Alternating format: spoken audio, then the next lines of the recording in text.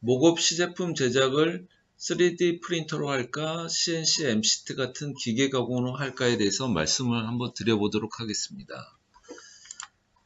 자, 모급 시제품 제작을 하기에 앞서서 먼저 지금 이 시제품 제작이 어디에 필요한지를 한번 체크해 볼 필요성이 있는데요.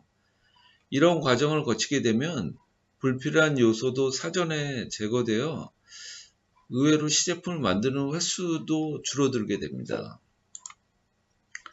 자, 그 다음에 이제 봐야 될 게 확보된 예산은 얼마인가를 따져봐야 되는데요.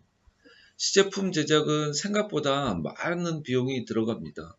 뭐 많다고 해서 그렇게 큰 비용은 아니지만 스타트업에게는 좀 부담이 될 수가 있습니다. 그래서 예산을 확보하는 것이 필요합니다. 이 예산에 따라 어떤 방법을 써서 만들까가 결정되기도 합니다. 제가 이제 개인적으로 권하고 싶은 방법은 3D 프린터로 먼저 만들어 보고 그 다음 기계 가공을 이용해서 만든다는 것입니다. 상대적으로 3D 프린터로 시제품을 만들면 비용이 기계 가공에 비하여 저렴합니다. 그래서 3D 프린터를 이용하여 디자인을 확인하거나 초기 모델을 만들게 되면 제 작업에 들어가는 비용을 줄일 수가 있습니다. 어느 정도 검증된 도면을 이용하여 기계 가공을 합니다. 정밀도 확인이 필요하다면 CNC나 MCT 같은 기계를 이용해서 만드는 것이 필요한데요. 조립성, 정밀 부품, 기능 확인 등을 위해서는 기계 가공을 이용해서 만듭니다. 3D 프린터의 성능이 매우 비약적으로 발전하고 있으나 정밀도 면에서는 아직까지는 기계 가공에는 못 미치고 있습니다. 비용을 아끼겠다고 3D 프린터로만 했다가는 금형 제작 같은 것을 쓸 때 잘못되어 큰 비용이 더 들 수가 있습니다. 시제품 제작 전에 2D, 3D 도면을 다시 한번 검토한다. 제품 디자인 기구 설계 작업이 완료되었다면 바로 시제품 제작으로 들어가지 말고 도면 검토를 다시 한번 하는 것이 좋습니다. 그러면 수정할 부분을 사전에 찾을 수가 있는데요. 이걸 수정한 다음에 시제품 제작을 하게 되면 다시 만들지 않아도 됩니다. 자, 시제품 제작을 위해 비용을 줄일 수 있는 부분을 이제 찾아보는 것이 필요한데요. 비용을 줄이기 위해서는 정부나 지자체에서 운영하는 시제품 제작소 등을 활용하면 좋습니다. 기관을 이용할 때는 미리 좀 확인을 하는 것이 필요한데, 왜냐하면 사람들이 많아서 예약을 하는 경우가 많습니다.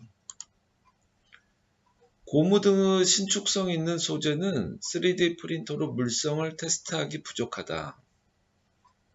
고무나 우레탄 등의 제품은 3D 프린터의 신축성 있는 소재를 사용하여 만들어 볼 수 있는데요.